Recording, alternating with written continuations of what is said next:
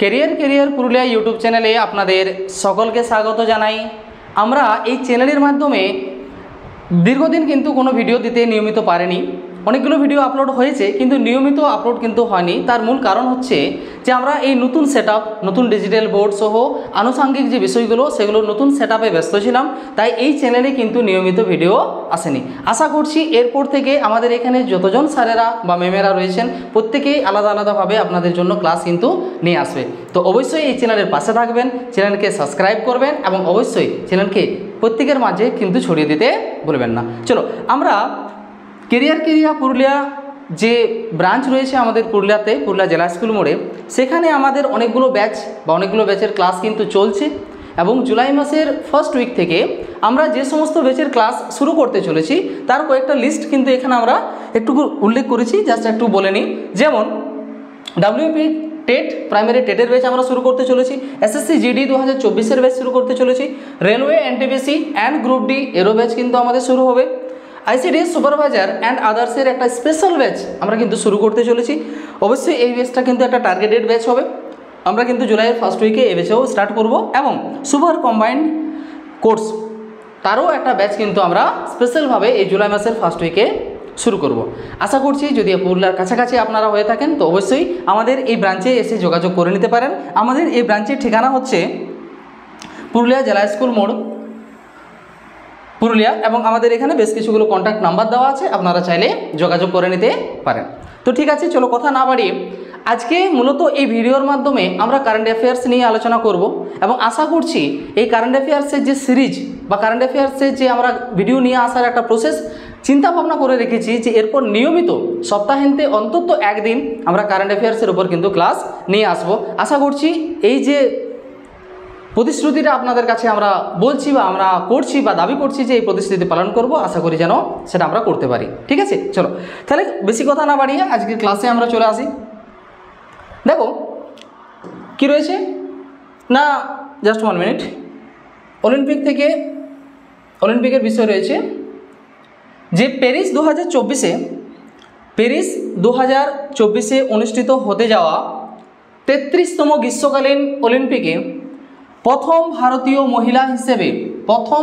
মহিলা হিসেবে জুরি মেম্বার হতে চলেছেন। কি হতে চলেছেন না, জুরি মেম্বার হতে চলেছেন জম্মু কাশ্মীরের বাসিন্দা বিলকিস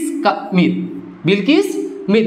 কয়েকটা ভালো রকম একটা কারেন্ট অ্যাফেয়ার্সের বিষয় যে আমরা সকলে জানি যে 2024-এ যে প্যারিসে কি অনুষ্ঠিত হতে যাবে না 33তম সামার অলিম্পিক, এবং সেখানে ফার্স্ট ইন্ডিয়ান ওমেন হিসেবে জুরি মেম্বার হিসেবে সিলেক্ট হয়েছেন বা নির্বাচিত হয়ে সেখানে জুরি মেম্বার হিসেবে যাচ্ছেন কে না জম্মু কাশ্মীরের বিলকিস মির। ঠিক আছে, চলো এর সম্পর্কে দু একটা ইনফরমেশন আমরা একটু জেনে নিই।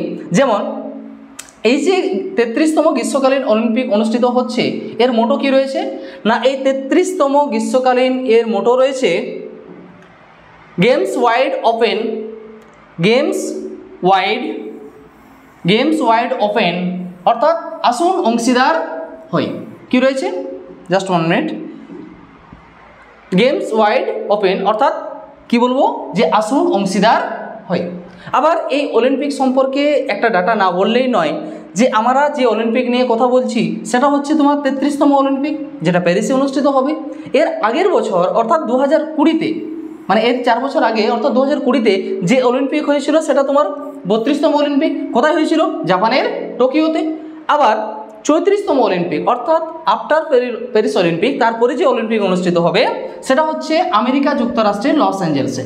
ঠিক আছে, কবে হবে না 2028 সালে হবে এবং সেটা হবে আমাদের 34তম অলিম্পিক। ওকে, চলো উইন্টার অলিম্পিকের কথায় যদি আমরা আসি তাহলে উইন্টার অলিম্পিক এর আগে কবে হয়েছে না, এর আগে হয়েছে 2022 সালে এবং সেটা ছিল 24তম উইন্টার অলিম্পিক।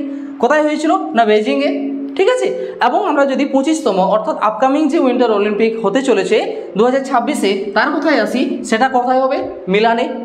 কোথায় হবে, মিলান। কোথায় রয়েছে না, ইটালিতে রয়েছে। ঠিক আছে, চলো নেক্সট স্লাইডে চলে আসি আমরা। নেক্সট কি রয়েছে না, নেক্সট রয়েছে TSET 1A হলো ভারতের প্রথম, এই জায়গাটা একটু নোট করবো আমরা, ভারতের প্রথম বেসরকারি ক্ষেত্রের submeter resolution earth observation satellite. এই জায়গাটা কিন্তু ভালো করে নোট করার চেষ্টা করব বা দেখব যে কি বলছে যে সম্পূর্ণভাবে বেসরকারি ক্ষেত্রে sub meter resolution earth observation স্যাটেলাইটটির নাম হলো কি না টিস্যাট 1A। টিস্যাট 1A হচ্ছে আমাদের ভারতের প্রথম বেসরকারি ক্ষেত্রের একটি এ ধরনের স্যাটেলাইট। ওকে, চলো এর সম্পর্কে কয়েকটা তথ্য যদি আমরা একটু জেনে নেওয়ার চেষ্টা করি তাহলে বলবো যে এটি তৈরি করা হয়েছে আমেরিকা যুক্তরাষ্ট্রের স্যাটেলজিক কোম্পানি এবং ভারতের টাটা কোম্পানি।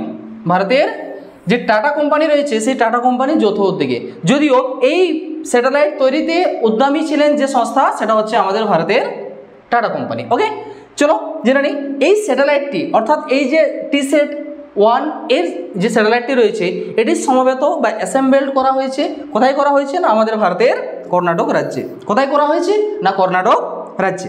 চলো এর সম্পর্কে আরেকটু জেনে নিই যে এই স্যাটেলাইটটি অ্যাসেম্বল করা হয়েছে আমরা জানলাম কোথায় না অ্যাসেম্বল করা হয়েছে আমাদের কর্ণাটক রাজ্যে। অ্যাসেম্বল করা হয়েছে কোথায় না কর্ণাটক রাজ্যে। কিন্তু এই যে স্যাটেলাইটটি রয়েছে এই স্যাটেলাইটটি লঞ্চ কোথা থেকে করা হয় না এই স্যাটেলাইটটি লঞ্চ করা হয় জাস্ট 1 মিনিট এই স্যাটেলাইটটি লঞ্চ করা হয় বা এই স্যাটেলাইটটি উৎক্ষেপণ করা হয়েছে ফ্লোরিডার কেনেডি স্পেস সেন্টার থেকে। কবে সেটা হচ্ছে 7 এপ্রিল 2024 হবে 2024 কিন্তু 7 এপ্রিল কয়েকদিন আগে কিন্তু এটা কি করা হয়েছে না উৎক্ষেপণ বা লঞ্চ করা হয়েছে। ঠিক আছে, তাহলে এটা আমাদের জানতে হয় যে এটি একটি বেসরকারি ক্ষেত্রে স্যাটেলাইট এবং সেটা আমাদের ভারতের যে টাটা গোষ্ঠী রয়েছে তারা কিন্তু এতে মানে ব্যাপক উদ্যমী হয়েছিলেন এটি তৈরিতে। ঠিক আছে, কোথায় অ্যাসেম্বল করা হয় কোথা থেকে লঞ্চ করা হয় আমরা কিন্তু জানলাম। চলো নেক্সট চলে আসি। নেক্সট কি বলা আছে না নেক্সট বলা হচ্ছে 3 নম্বরতে 11 এপ্রিল 11 এপ্রিল পালিত হয় ন্যাশনাল সেফ মাদারহুড ডে। কি পালিত হয় না ন্যাশনাল সেফ মাদারহুড ডে পালিত হয়, যাকে আমরা শর্টে কি বলে থাকি না NSMD দিবস। NSMD দিবস বা ডে। ওকে, এই দিনটি পালিত হয় দেখো এটা তো আমাদের প্রাথমিকভাবে জানা হয়ে গেল যে এই দিনটি কবে পালিত হচ্ছে না হচ্ছে 11 এপ্রিল। কেন পালিত হয় না এই দিনটি পালিত হয় কস্তুরবা গান্ধীর জন্মদিনকে স্মরণ করার জন্য। আমরা সকলেই জানি কস্তুরবা গান্ধীকে না কস্তুরবা গান্ধী হচ্ছেন আমাদের জাতির জনক মহাত্মা গান্ধীর স্ত্রী। সেই কস্তুরবা গান্ধীকে স্মরণ করার জন্য আমরা কিন্তু এই দিনটি অবজার্ভ করে থাকি ওই হিসাবে। ওকে, চলো এক্ষেত্রে দু একটা ইনফরমেশান আমরা যদি বলি যে 1883-তে মহাত্মা গান্ধীর সাথে কস্তুরবা গান্ধীর বিয়ে হয়েছিল। আমরা সকলেই জানি যে মহাত্মা গান্ধী জন্মগ্রহণ কবে করেন না 2রা অক্টোবর 1869। 1869 খ্রিস্টাব্দে মহাত্মা গান্ধী জন্মগ্রহণ করেন। আর কস্তুরবা গান্ধী কবে জন্মগ্রহণ করেন না 11 এপ্রিল সেম ইয়ার 1869। একই বছর তারা জন্মগ্রহণ করেন, অর্থাৎ কস্তুরবা গান্ধীর থেকে বয়সে গান্ধীজি ছোট ছিলেন, তাই না? গান্ধীজি কি ছিলেন? ছোট ছিলেন। আবার বলি এই কস্তুরবা গান্ধী সম্পর্কে আরেকটুকু আমরা ইনফরমেশন জেনে নেব যে আমাদের ভারতে বর্তমানে কি রয়েছে না কেজিভিপি। জাস্ট একটু ইরেজ করে নিই। ওকে, এই যে কস্তুরবা গান্ধী সম্পর্কে এই বিষয়টা না জানলেই নয় যে কেজিভিপি কস্তুরবা গান্ধী বালিকা বিদ্যালয়, এই নিয়ে কেন এই বিদ্যালয় শুরু করা হয়েছে না ভারতের অনগ্রসর ও আর্থিক দিক থেকে পিছিয়ে থাকা ছাত্রীদের, এখানে শুধুমাত্র ছাত্রীদের কথা বলা হচ্ছে, ছাত্রীদের শিক্ষার জন্য 2004 সালে কবে না 2004 সালে কস্তুরবা গান্ধীর নামে কেজিবিভি অর্থাৎ কস্তুরবা গান্ধী বালিকা বিদ্যালয় নামে একটি আবাসিক বালিকা বিদ্যালয় চালু করা হয়। ঠিক আছে, আমরা মোটামুটি কস্তুরবা গান্ধী সম্পর্কে অনেক ইনফরমেশন জানলাম। নেক্সট আসি। নেক্সট কি রয়েছে না নেক্সট আমাদের রয়েছে 4 নম্বরে সম্প্রতি কর্ণাটক রাজ্য সরকার কি করেছে না সরকারি চাকুরিতে মহিলাদের সংরক্ষণ 33% করার সিদ্ধান্তকে অনিবার্য ঘোষণা করেছে।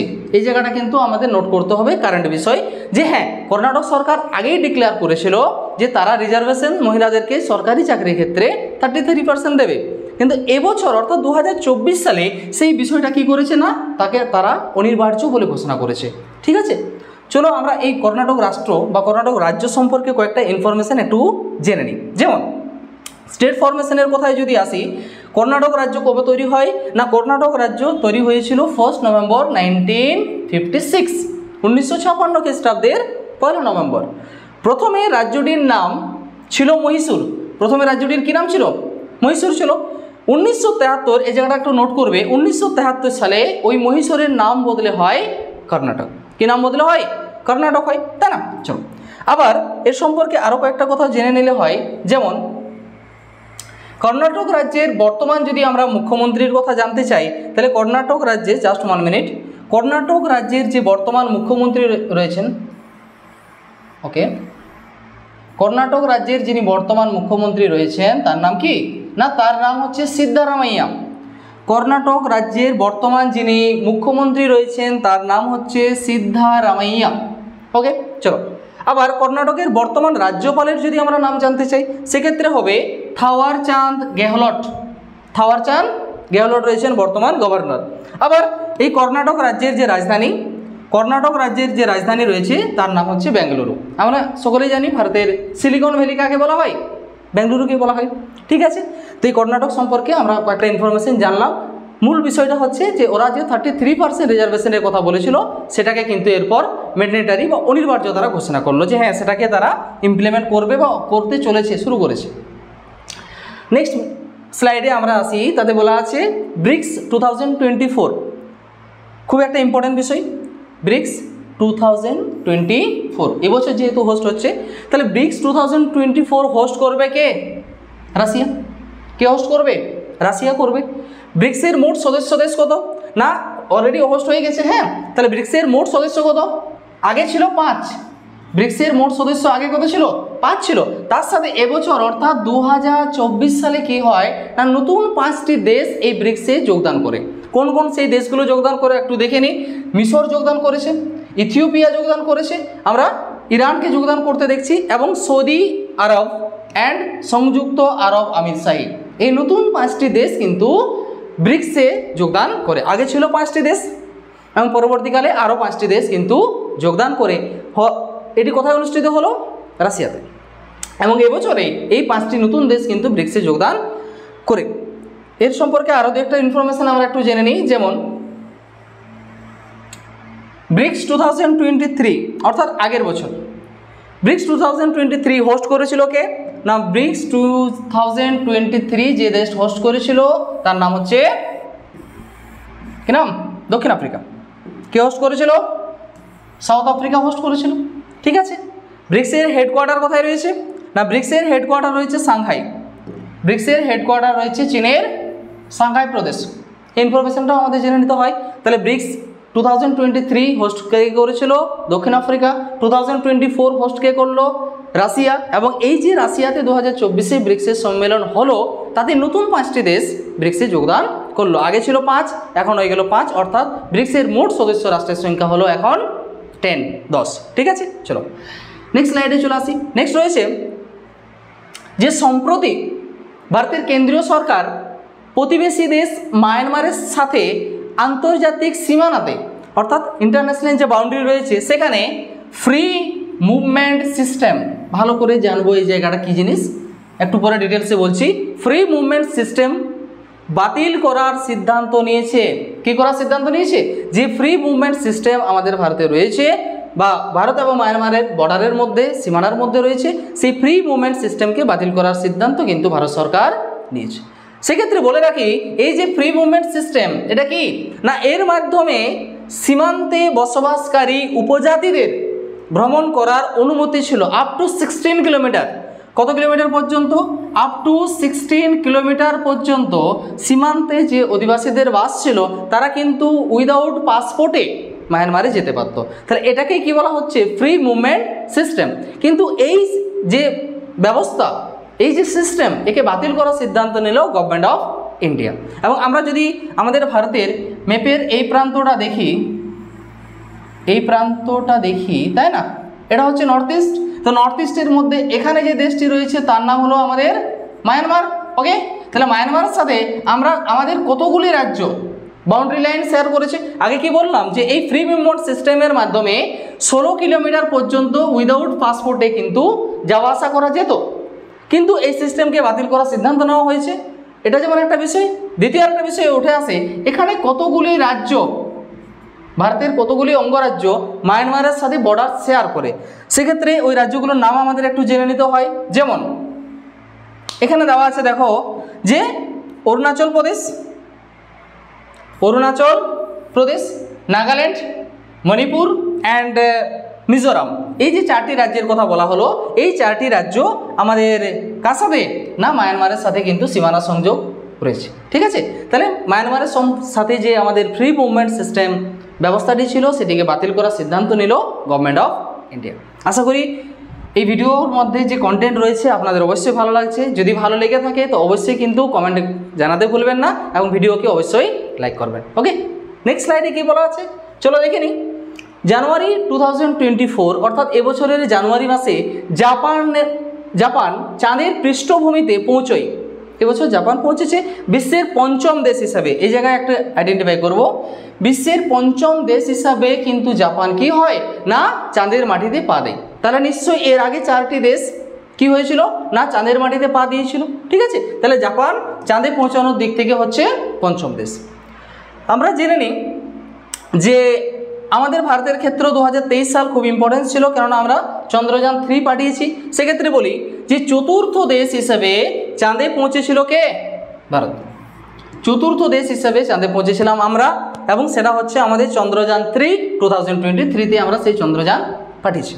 ঠিক আছে, এবং এক্ষেত্রে বলে রাখি, এই জায়গাটা কিন্তু ভালো করে নোট করব যে শুধু আমরা চাঁদে পৌঁছেছি সেটা নয়, চাঁদের দক্ষিণ মেরুতে আমরা পৌঁছেছি, যে দক্ষিণ মেরুতে আজ পর্যন্ত কেউ পৌঁছাতে পারেনি, তাই না? তাহলে সেই চাঁদের দক্ষিণ মেরুতে পৌঁছানো দেশ হিসেবে যদি তালিকা নির্ধারণ করতে হয় সেক্ষেত্রে ভারত রয়েছে 1ম স্থানে। ঠিক আছে, আমরা আজ পর্যন্ত 3টি চন্দ্রযান পাঠিয়েছি।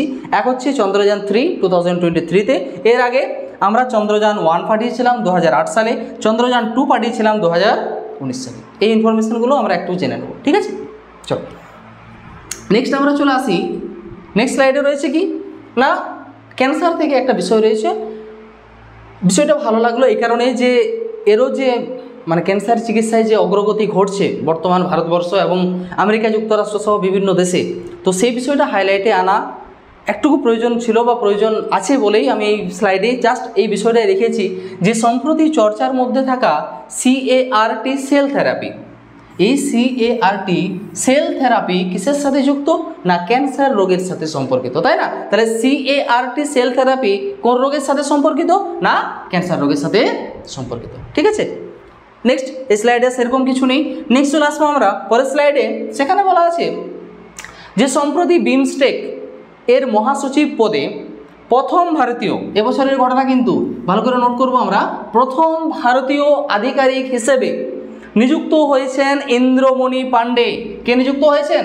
ইন্দ্রমণি পান্ডে, ফার্স্ট ইন্ডিয়ান হিসেবে, ফার্স্ট ইন্ডিয়ান, প্রথম। এর আগে কিন্তু কোনো ভারতীয় এর সদস্য এই মানে আধিকারিক নিযুক্ত হয়নি। 1ম ভারতীয় আধিকারিক হিসেবে নিযুক্ত হয়েছেন কে না ইন্দ্রমণি পান্ডে। ওকে, চলো বিমস্টেকের পুরো নাম কি আমরা সকলেই কম বেশি জেনে আছি যে বে of Bengal initiative for multi sectoral technical and economic cooperation, এটি হচ্ছে আমাদের বিমস্টেকের ফুল ফর্ম। ঠিক আছে, বিমস্টেক কবে স্ট্যাবলিশ হয় না বিমস্টেক স্ট্যাবলিশ হয় 1997-এ, 1997 খ্রিস্টাব্দে এই বিমস্টেক প্রতিষ্ঠিত হয়। এর হেডকোয়ার্টার HQ কোথায় রয়েছে না বাংলাদেশের রাজধানী ঢাকাতে এর হেডকোয়ার্টার রয়েছে। পাশাপাশি বলে নিই এই যে বিমস্টেক, এই বিমস্টেকের যে সদস্য রাষ্ট্রগুলো রয়েছে এর মোট সদস্য রাষ্ট্রগুলোর তালিকা আমি কিন্তু এখানে রেখেছি। সেই রাষ্ট্রগুলোর নাম আমরা একটু জেনে নেওয়ার চেষ্টা করব যে বিমস্টেকে কারা সদস্য রাষ্ট্র। ঠিক আছে, বিমস্টেকের যে সদস্য রাষ্ট্র রয়েছে সেই রাষ্ট্রগুলোর নাম হলো কি কি না মায়ানমার, ঠিক আছে, Myanmar, Thailand, Bhutan, Bangladesh, India, Sri Lanka and Nepal. Total কতগুলো হবে 1 2 3 4 5 6 7, অর্থাৎ ব্রিক্সের মোট সদস্য রাষ্ট্রের সংখ্যা কত? 7টি রয়েছে এর সদস্য রাষ্ট্র। ঠিক আছে, নেক্সট চলে আসে আমরা পরের স্লাইডে। কি বলা আছে না 2024-এর মার্চের ঘটনা। 2024-এর মার্চে নেটো এর 32তম সদস্য রাষ্ট্র, এই জায়গাটা কিন্তু দেখব, নেটো এর 32তম সদস্য রাষ্ট্র হিসেবে সামিল হলো সুইডেন। অর্থাৎ নেটোর নতুন সদস্য হলো কে? সুইডেন। এর আগে 31 জন সদস্য ছিল, 31টি রাষ্ট্র সদস্য ছিল। 32তম রাষ্ট্র হিসেবে এবছরের মার্চ মাসে সুইডেন কি হলো? না নেটোর অন্তর্ভুক্ত হলো। নেটো সম্পর্কে যদি আমরা দু এক কথা বলি, তো নেটো কবে প্রতিষ্ঠিত হয়? আমরা কম বেশি সকলেই জানি, যখন দ্বিতীয় বিশ্বযুদ্ধ শেষ হয়ে যায় আমাদের এই বিশ্বে, তখন আমাদের এই বিশ্ব কি হয়েছিল?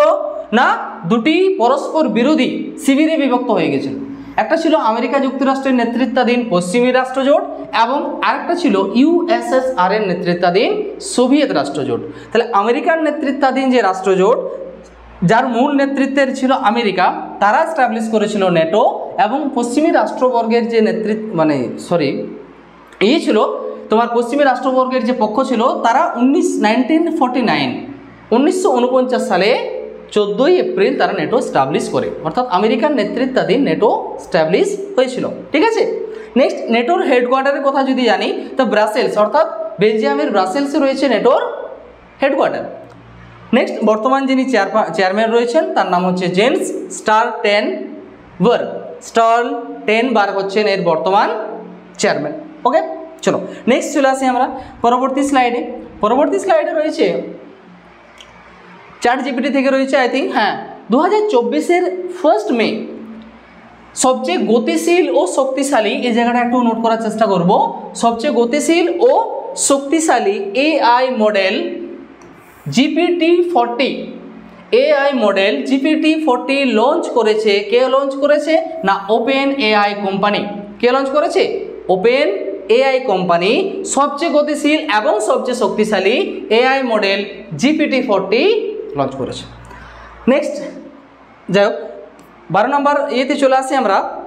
সেখানে রয়েছে কি না, সম্প্রতি জিআই ট্যাগ থেকে রয়েছে, আই থিঙ্ক, হ্যাঁ, যে সম্প্রতি উত্তরপ্রদেশ রাজ্যে যে কাথিয়া গম রয়েছে, গেহু, হ্যাঁ, সেই কাথিয়া গম জিআই ট্যাগ পেয়েছে। এই জায়গাটা একটু মনে করার চেষ্টা করব।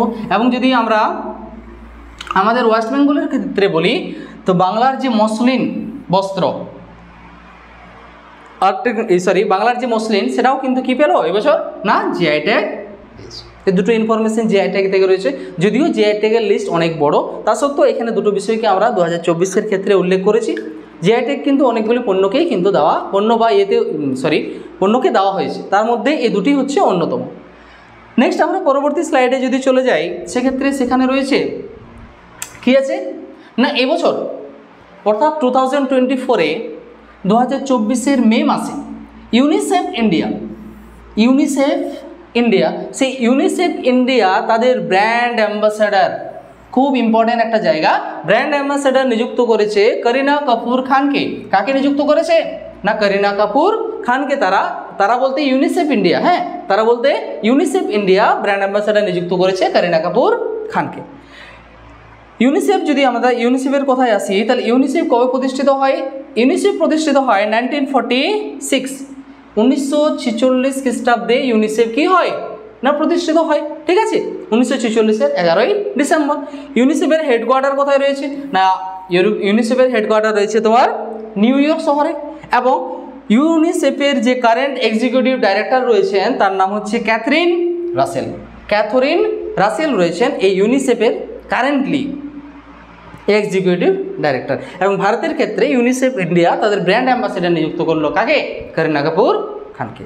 নেক্সট, পরবর্তী স্লাইডে আমরা চলে আসি। পরবর্তী স্লাইডে রয়েছে যে ভারতের 84তম গ্র্যান্ড মাস্টার্স হন তামিলনাড়ুর বৈশালী রমেশবাবু। ভারতের 84তম গ্র্যান্ড মাস্টারকে খেতাবটি কে পেলেন? না বৈশালী রমেশ বাবু। নেক্সট, 85তমর যদি কোথায় আসি, তাহলে 85তম গ্র্যান্ড মাস্টার পেয়েছেন কি? পি স্যাম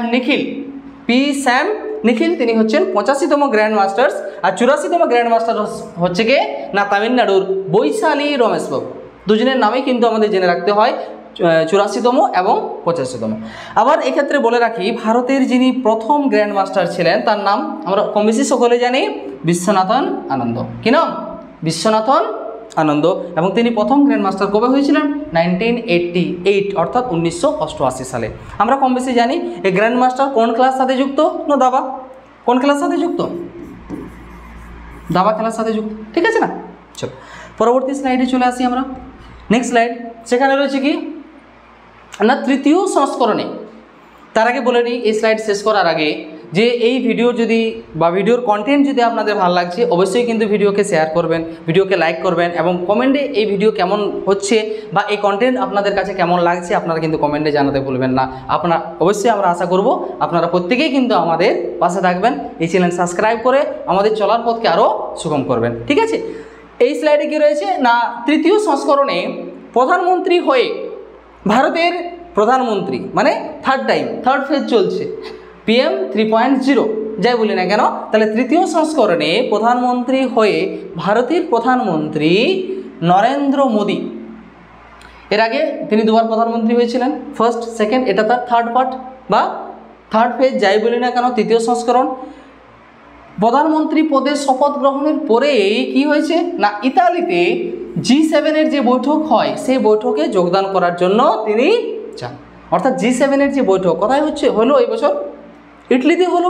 প্রধানমন্ত্রী পদে শপথ নেওয়ার পরে তিনি কিন্তু সেই বৈঠকে যোগদান করার জন্য, সেই বৈঠক বলতে G7 বৈঠকে যোগদান করার জন্য তিনি কিন্তু সেখানে যান।